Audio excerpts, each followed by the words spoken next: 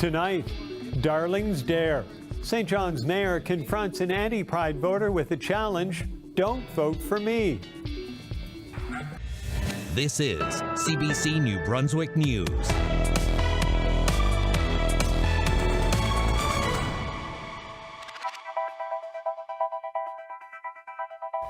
Good evening and thank you for joining us. In a province slow to embrace gay rights and one of the last to legally recognize same-sex marriage, the mayor of St. John's struck a new tone over the weekend. Don Darling lashed out at people he described as haters. The mayor used social media and a speech after Saturday's Pride Parade to make his views on intolerance clear, even if it costs him votes. As Rachel Cave reports, Darling's anger and his choice of words provided some comfort to one couple who spent years fighting harassment and discrimination. Our own mayor's support is very sincere and very deep-rooted, and nothing superficial about it at all. Jim Crooks and Carl Trickey applaud Don Darling for taking on the prejudice they say they know too well. Anti-Pride sentiment showed up during Pride Week and continued with Facebook comments the day of the parade. I, for one, and I trust thousands more, will not vote for you in the next election, wrote Russell Doothright.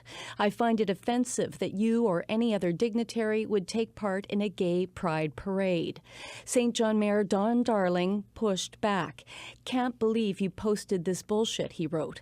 Don't vote for me, please, and later repeated his feelings out loud. I don't want people who are ignorant and intolerant and who spread hatred to support me in any way, because it's the absolute opposite of what I stand for. I'm not responding, and I asked my daughter's permission, I'm not responding as the father of a daughter who has a beautiful girlfriend because I should defend my daughter. I'm responding as a human being because it's the right thing to do.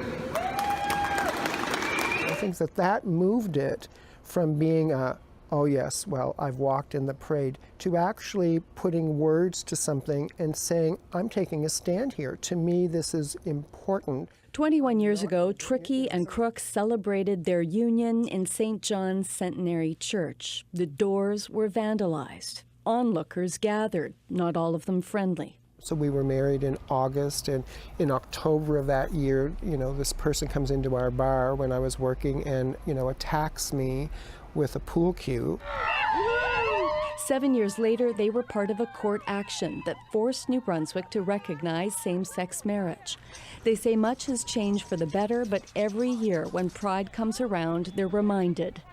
There are still so many within our community that can't march there. They still have fear about their employer, or they have concern about what their family would say or do, and that's very real. That's very real. Rachel Cave, CBC News, St. John.